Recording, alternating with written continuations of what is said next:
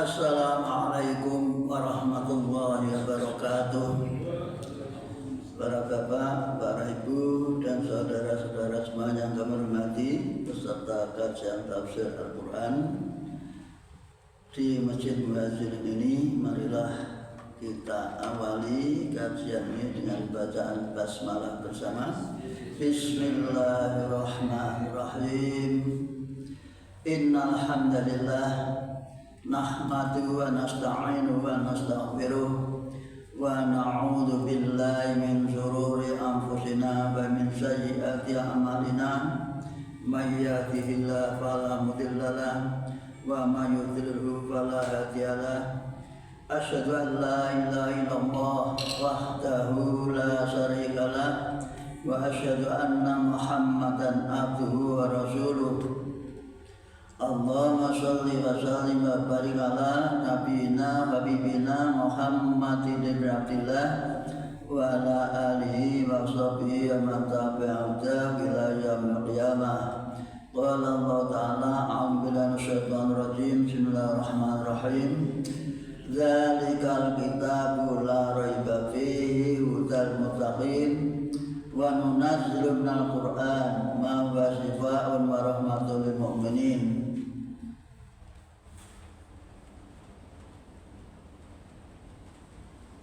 Akan masuk dari pintunya.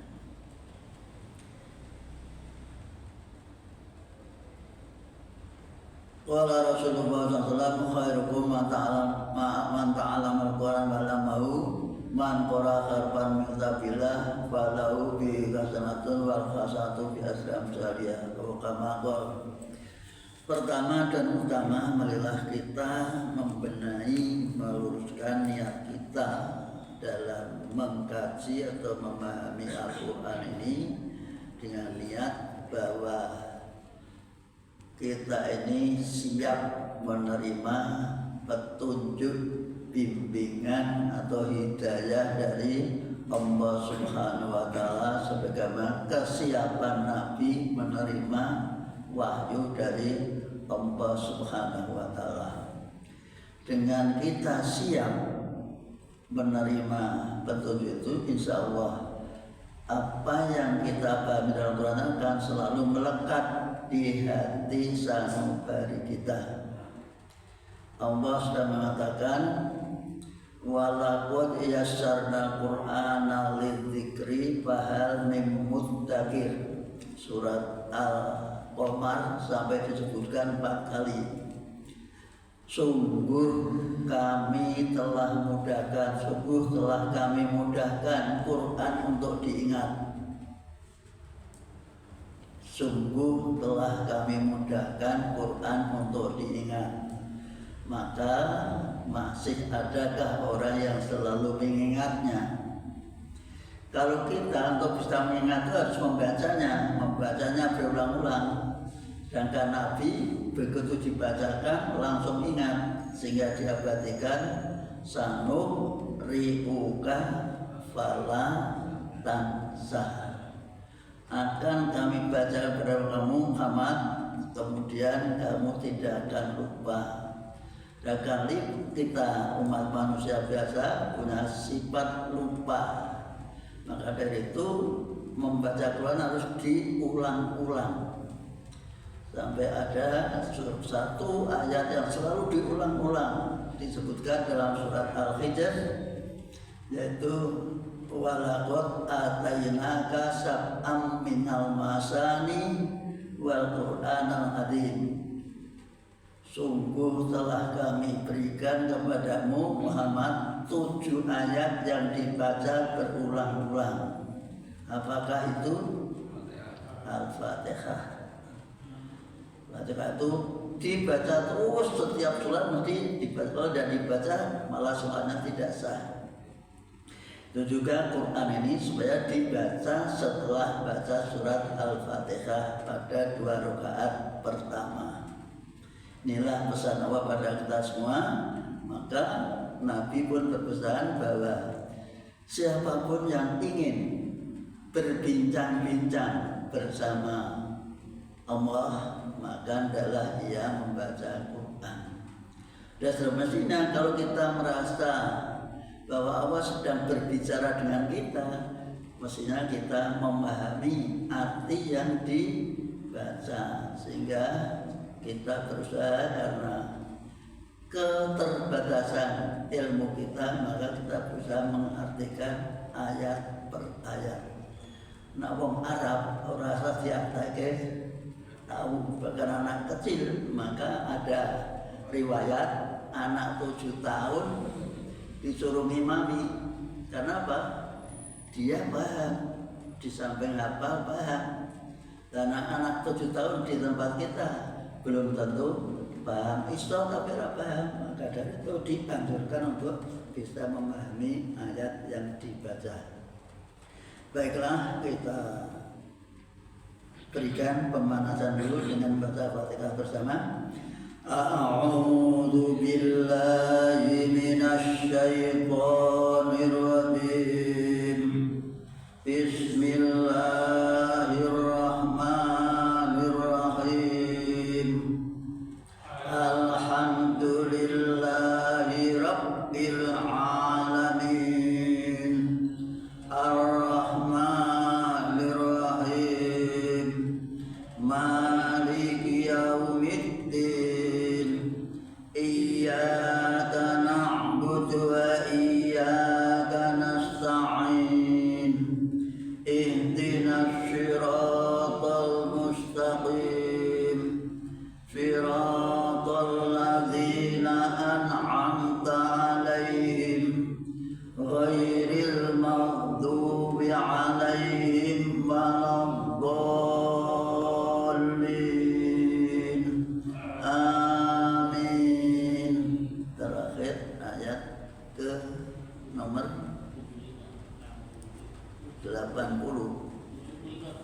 75.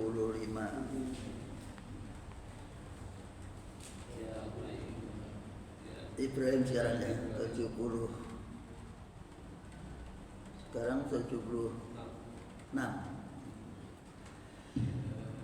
Ya Ibrahim a'rid 'an hadha innahu qad jaa'a amru rabbik wa innahum atihim adabun ghairu mardud. Monggo. Ibrahim a'rid 'an hadha innahu qad jaa'a amru rabbik wa innahum atihim adabun ghairu mardud. Ulangi.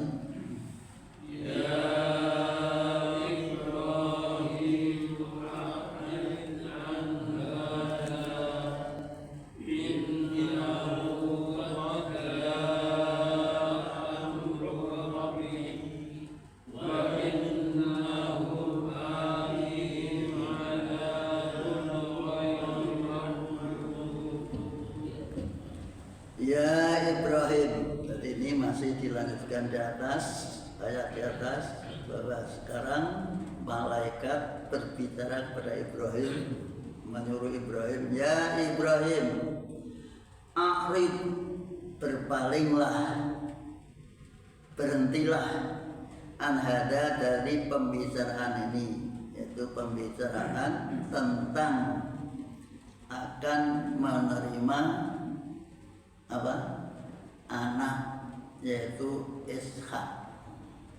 Maka berhentilah dari pembicaraan itu. Sekarang innahu qad ja'a rabbik, sesungguhnya telah datanglah perintah atau ketetapan Tuhanmu, yaitu untuk memberikan, menurunkan siksa kepada kaumnya Nabi Lut. Wa innahum, dan sesungguhnya, atihim, sesungguhnya mereka itu akan ditimpakan kepada mereka adabun siksa ghairu mardud, yang tidak mungkin bisa ditolak atau dihindari. Jadi setelah Ibrahim diajak berbincang-bincang tentang akan mendapat anak, kabar gembira tentang anak, selanjutnya diberitahu bahwa setelah memberitahu tentang diberikan anak akan ada tugas yang lain, yaitu menghukum atau menimpakan siksa kepada kaumnya Nabi Lut. Maka para malaikat berbicara dengan Ibrahim, sudahlah, berbicara kita cukuplah sekian. Maka karena tugas kami adalah menghukum kaumnya Nabi Lut, maka sekarang sudah waktunya kami datang kepada Nabi Lut. Maka selanjutnya ketika Nabi Lut kedatangan para malaikat ini yang dalam bentuk laki-laki pemuda-pemuda yang ganteng-ganteng, kaumnya Nabi Lut betul-betul terpesona dan dilapuri oleh istri Nabi Lut bahwa karena sudah tahu karakter kaumnya, dibilangi bahwa di rumahku ada pemuda yang ganteng-ganteng, bagus-bagus. Data sudah dasar orangnya sudah ada kelainan, bahwa ia mencintai sesama jenis. Begitu melihat berita langsung berbondong-bondong datang menghadap ke rumah Nabi Lut. Maka dijelaskan pada ayat ke-77 ini. Walamma ja'at rusuluna lutan si'a bihim wa dhaqa bihim dar'a wa qala hadha yawmun asib. Kita ulangi lagi. Walamma ja'at rusuluna lutan si'a bihim wa dhaqa bihim dar'a wa qala hadha yawmun asib. Monggo. Walamma ja'at rusuluna lutan si'a bihim wa dhaqa bihim dar'a wa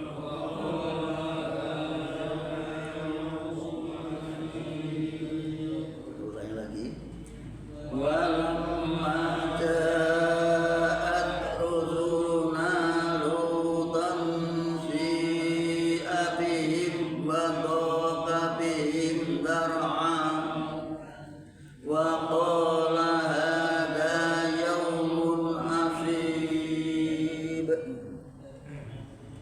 Walamma ja'at, dan ketika telah datang rusuluna, utusan-utusan kami, maksudnya siapa? Malaikat-malaikat yang diutus Allah untuk memberikan hukuman kepada kaum Nabi Lut. Datang kepada siapa? Luton, kepada Nabi Lut. Begitu tamunya datang dalam bentuk manusia yang muda-muda, ganteng-ganteng, Syiah, sedih, susah, Syiah, sedih bihim terhadap tamu itu, badoko, dan menjadi sesak atau sempit bihim sebab tamu itu dar'an, pakaiannya atau lengan bajunya, maksudnya dadanya menjadi sesak. Ini bagaimana? Khawatir karena tahu kaumnya itu mengalami gangguan jiwa yang luar biasa, menyukai sesama jenis, sedangkan yang datang laki-laki ganteng-ganteng, maka menjadikan sedih dan luar biasa Nabi Lut di dalam menerima tamu itu. Bahkan dia mengatakan waqala hadza yamun asib, inilah hari yang sangat hari yang sangat menyedihkan, nasib, hari yang sangat menyedihkan, tidak dari yang seharusnya sial, hari yang sial bagi kami, seperti ini. Maka dari itu sekali lagi di ayat yang lain dikatakan bahwa Nabi Lot itu sampai menawarkan anaknya. Ini pun nanti juga disebutkan lagi, ditawarkanlah untuk mencari solusi agar tamu itu tidak diganggu. Ini kan betul-betul mengganggu tamu yang harus dihormati oleh Nabi Lot, tapi diganggu oleh kaumnya. Coba jaringan sendiri atau kita sendiri kalau punya tamu, anak kita keluar, kadang-kadang kita merasa terganggu, apalagi ini tidak sengaja disukai, disenangi oleh kaumnya untuk mengambil, dijadikan orang yang kalau sekarang ya bude lah, dijadikan sebagai pelampiasan seksnya. Selanjutnya waja'ahu qaumuhu yuhra'una ilaihi wa min qablu kanu ya'maluna as-sayyi'at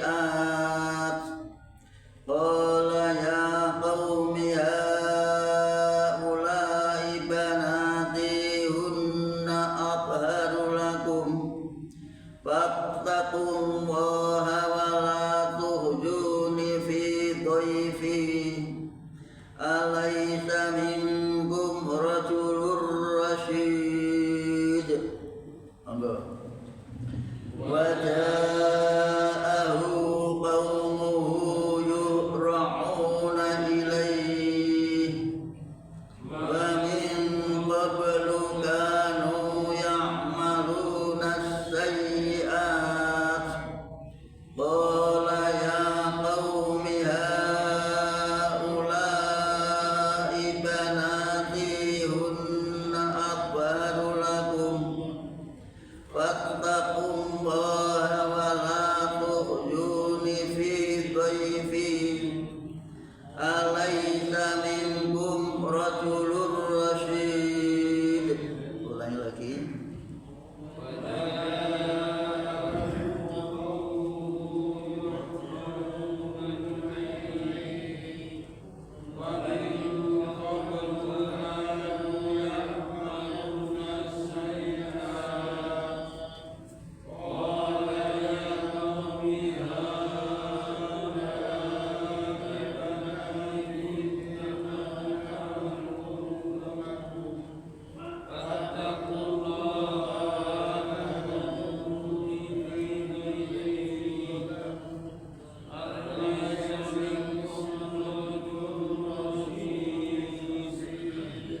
Waja'ahu qaumuhu, kaumnya Nabi Lot mendatanginya. Mendatangi siapa? Rumah Nabi Lot yang sedang kedatangan tamu remaja-remaja yang ganteng-ganteng.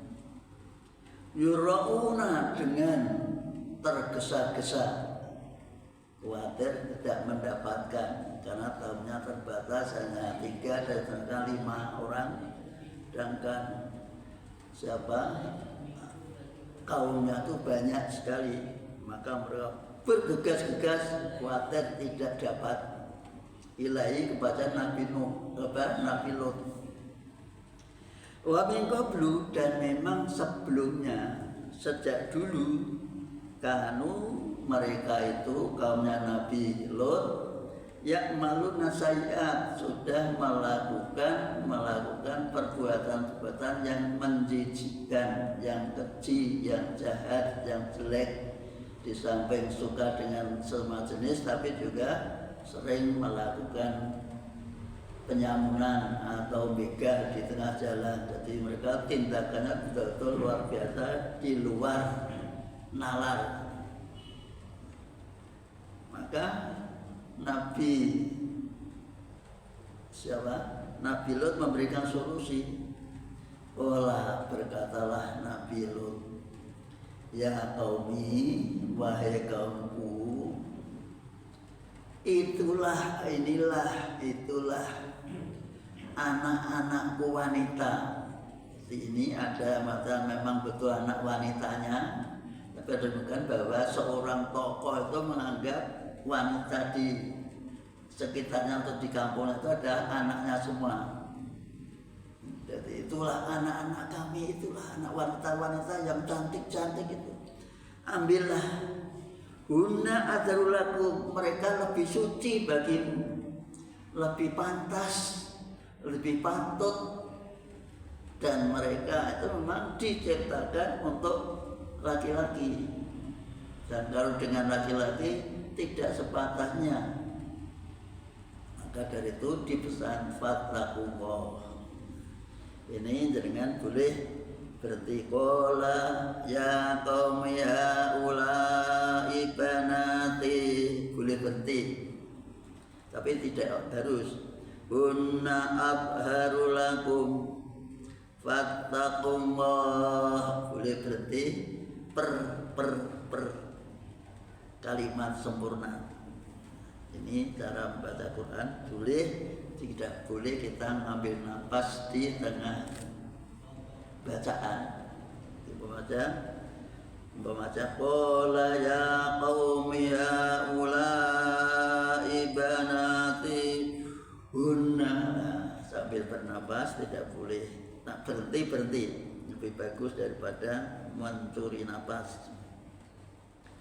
Hunna, mereka itu anak-anak wanitaku itu baru lebih bersih, lebih suci, lebih pas, lebih pantas bagi kalian semua. Fattaqullah, maka takwalah kalian kepada Allah, takutlah kepada Allah, karena itu melanggar aturan Allah. Allah menciptakan wanita untuk laki-laki, laki-laki disuruh mencari pasangan wanita, tiba-tiba ada laki-laki mencari sesama laki-laki. Hakikatnya itu merupakan bentuk pengejaan atau penyepelean terhadap ciptaan Allah. Mereka tidak berpikir masa depan yang jauh. Coba kita bayangkan, seandainya laki-laki semua senang laki-laki, semua wanita apa Pak? Nganggur. Kalau wanita semua nganggur, tidak ada generasi lagi. Yang berikutnya, dia juga menghina ibunya. Yang mereka dia kan ibunya.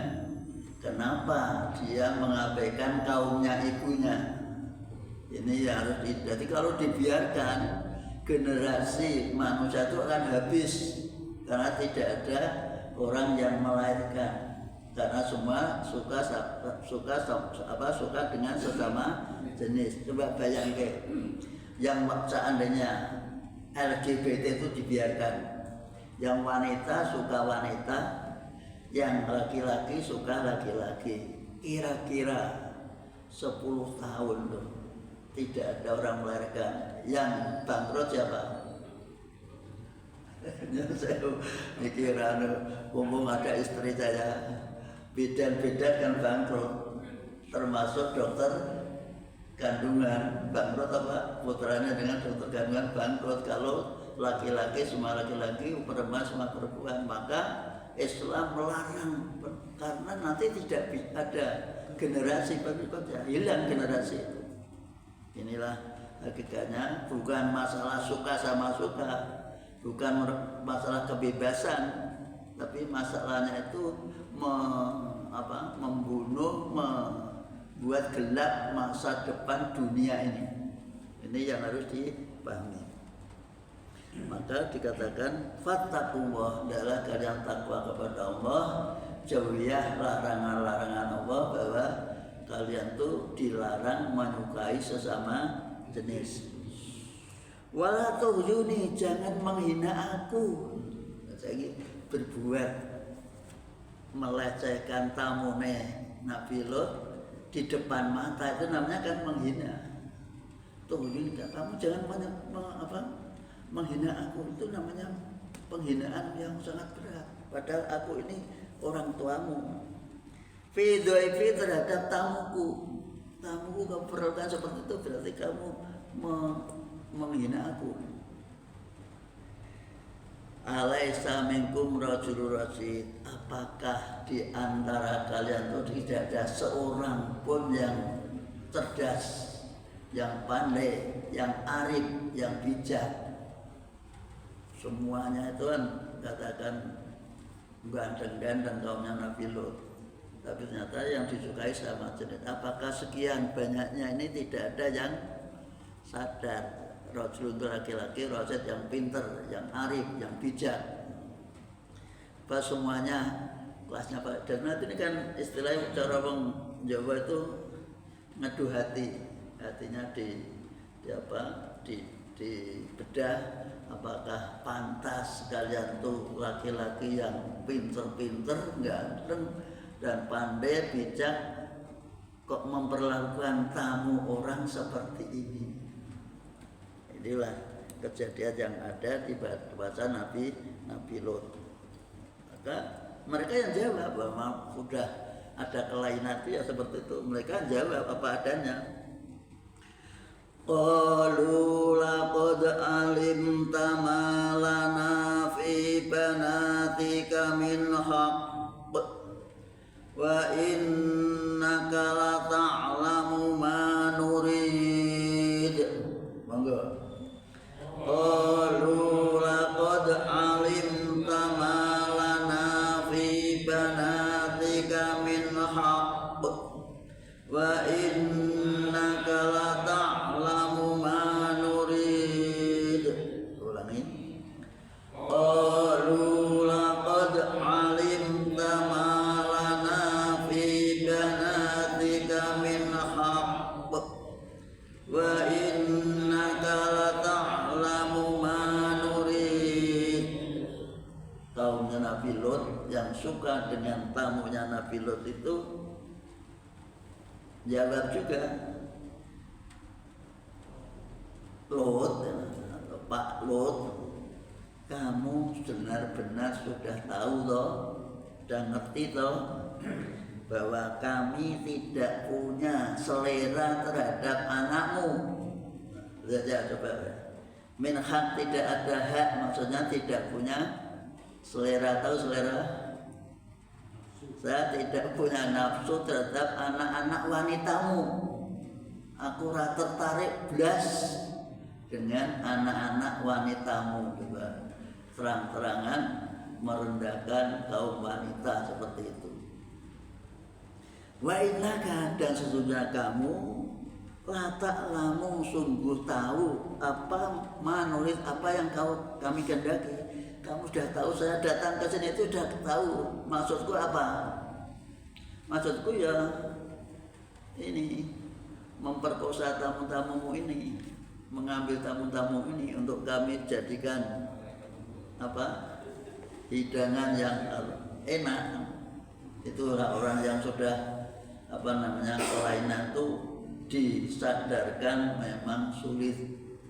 Orang yang sudah mabuk kebayang, termasuk mabuk terhadap kekuasaan, itu lupa terhadap aturan-aturan main. Itu sejak zaman dulu sampai sekarang, bahkan sampai akhir zaman manusia seperti itu. Kalau sudah gila terhadap kesenangannya, itu sampai lupa aturan-aturan atau norma-norma yang ada, ditabrak, ditinggalkan seperti itu. Maka akhirnya Nabi Lut menjawab, qala law anna li bikum quwwatan aw awi ila ruknin sadid. Monggo. Qala law anna li bikum quwwatan aw awi ila ruknin sadid. Ulangi.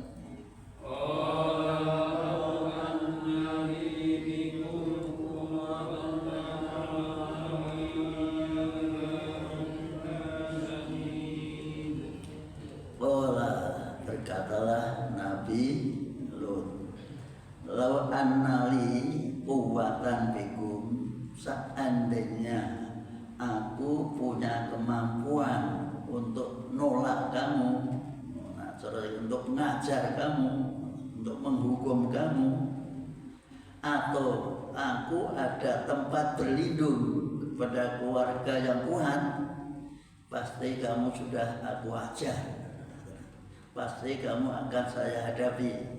Seandainya aku punya kekuatan, punya kemampuan, nah terus lagi punya kekuasaan. Nah itulah kondisi Nabi Lot yang sangat terpojok gara-gara kaumnya yang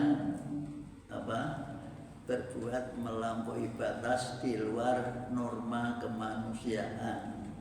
Nah, kejadian seperti ini di zaman Nabi Muhammad, Nabi kita ini hampir terutama dunia barat diberi kebebasan. Bahkan sudah melakukan, ada di Inggris itu pernah seorang perdana menteri nikah atau kawin dengan sesama jenis, seorang pejabat tinggi, berarti ilmunya kan tinggi, kan juga termasuk cerdas. Seperti alaisa minkum rajul rasyid, apakah tidak ada laki-laki yang cerdas, yang arif, yang bijak? Ternyata kalau sudah ada kelainan atau dimabuk kesenangannya sendiri, itu kadang-kadang orang lupa norma, lupa daratan, bahkan tidak ada rasa malu kepada orang tuanya, malu kepada keluarganya. Nah istrinya diapakan, coba bayangkan. Terus istrinya bagaimana? Kalau protes mungkin malah diamuk.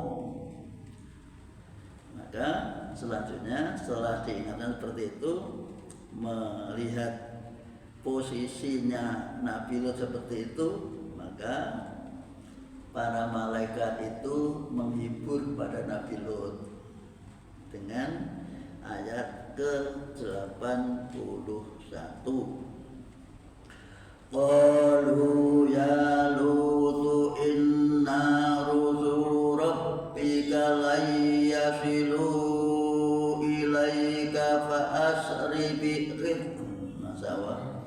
Qalu ya Lutu inna rusulu rabbik lan yasilu ilaika fa asri bi ahlika bi qit'in minal lail wa la yaltafit minkum ahadun illa imra'atak innahu musibuha ma asabahum inna mau'idahumus subh alaysa as-subhu biqarib.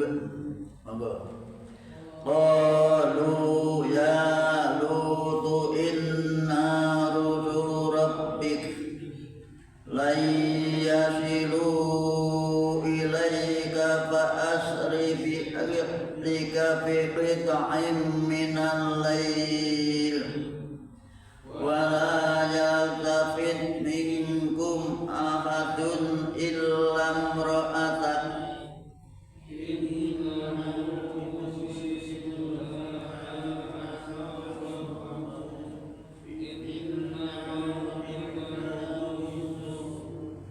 alaysa as-subhu biqarib.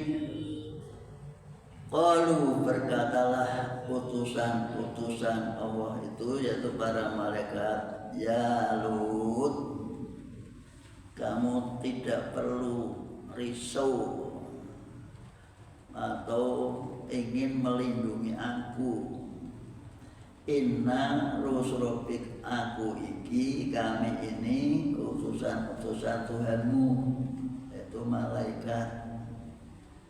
Layasilu ilaika, mereka itu tidak akan bisa menyentuh atau mengganggu kepadamu. Kamu tidak perlu sedih, biarlah mereka semaunya. Maka sekarang perintah Allah sudah sampai, Pak Asri, maka pergilah, berjalanlah. Asro yasri dari subhanalladzi asro, pergilah di waktu malam ini bi ahlika, bersama keluargamu, anak-anakmu, bikin dari akhir sepotong atau bikin dengan sepotong menaladi dari malam, maka akhir malam ini kamu harus sudah pergi dari rumah. Wala yaltafit, dan janganlah ada seorang pun yang kau tinggalkan minkum di antara kamu. Jangan ada seorang pun yang kau toleh. Maksudnya jangan sampai ada yang ketinggalan. Jangan kabeh pengikutmu, keluargamu semua dijak pergi semua. Illa murhatak, karena ada kata murhatak itu ada yang mengartikan jangan ada seorang pun yang kau tinggalkan kecuali istrimu. Nah, istrinya itu menjadi mata-mata, menjadi tangan kanannya siapa? Kaumnya. Kalau ada orang yang datang kepada Nabi Lut kemudian dilaporkan kepada kaumnya, jadi semacam ada kerjasama. Nah, cara saya ya kayak germo, tapi germo untuk laki-laki. Innahu, sesungguhnya musibah akan menimpa mereka. Mereka siapa? Menimpa istrimu itu.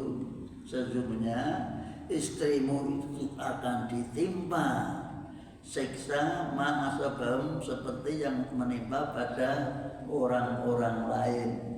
Karena istrimu termasuk orang-orang yang akan mendapat siksa dari Allah Subhanahu wa Ta'ala.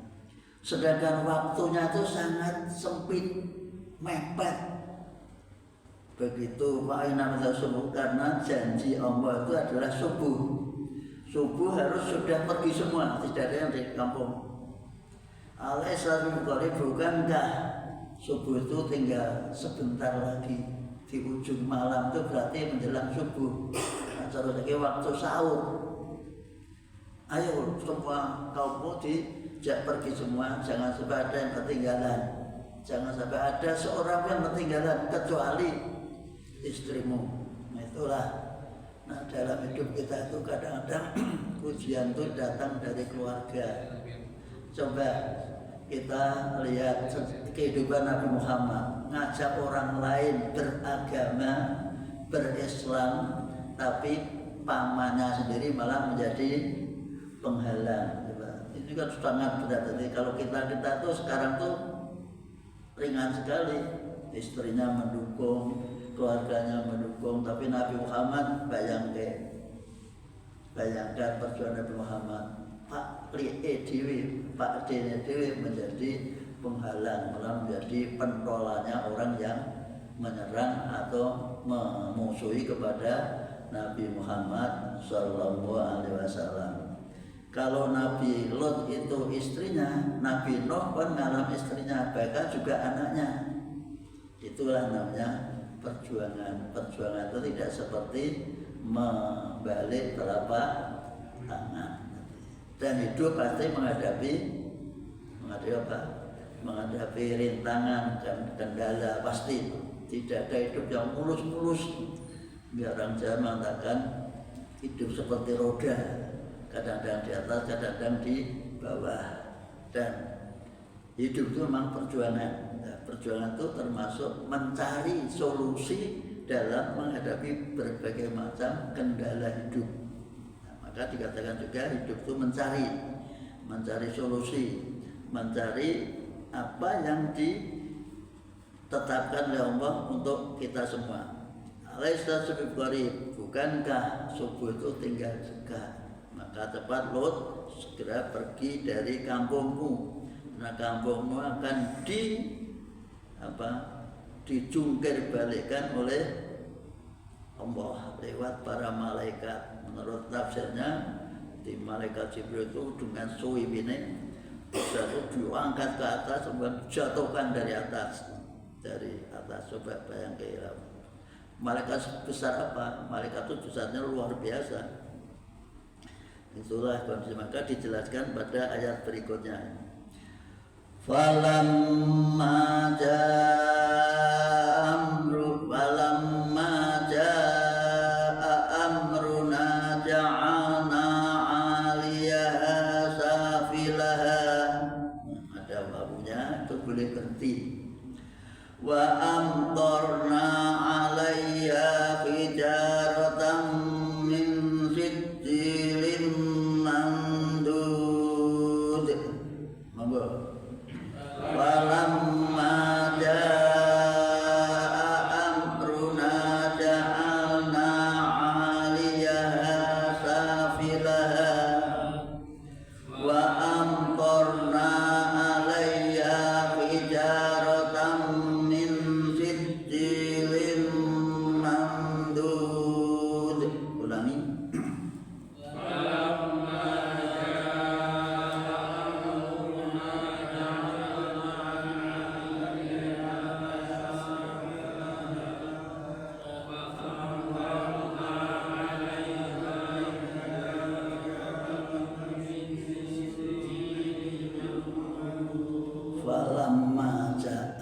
ketika sudah jatuh vonis, telah datang amruna, keputusan kami untuk dieksekusi, ja'alna, kami jadikan aliyah bagian atas bumi atau desa itu safilat, menjadi di bawah, namanya dijungkir balikan, yang atas di bawah, yang bawah ke atas.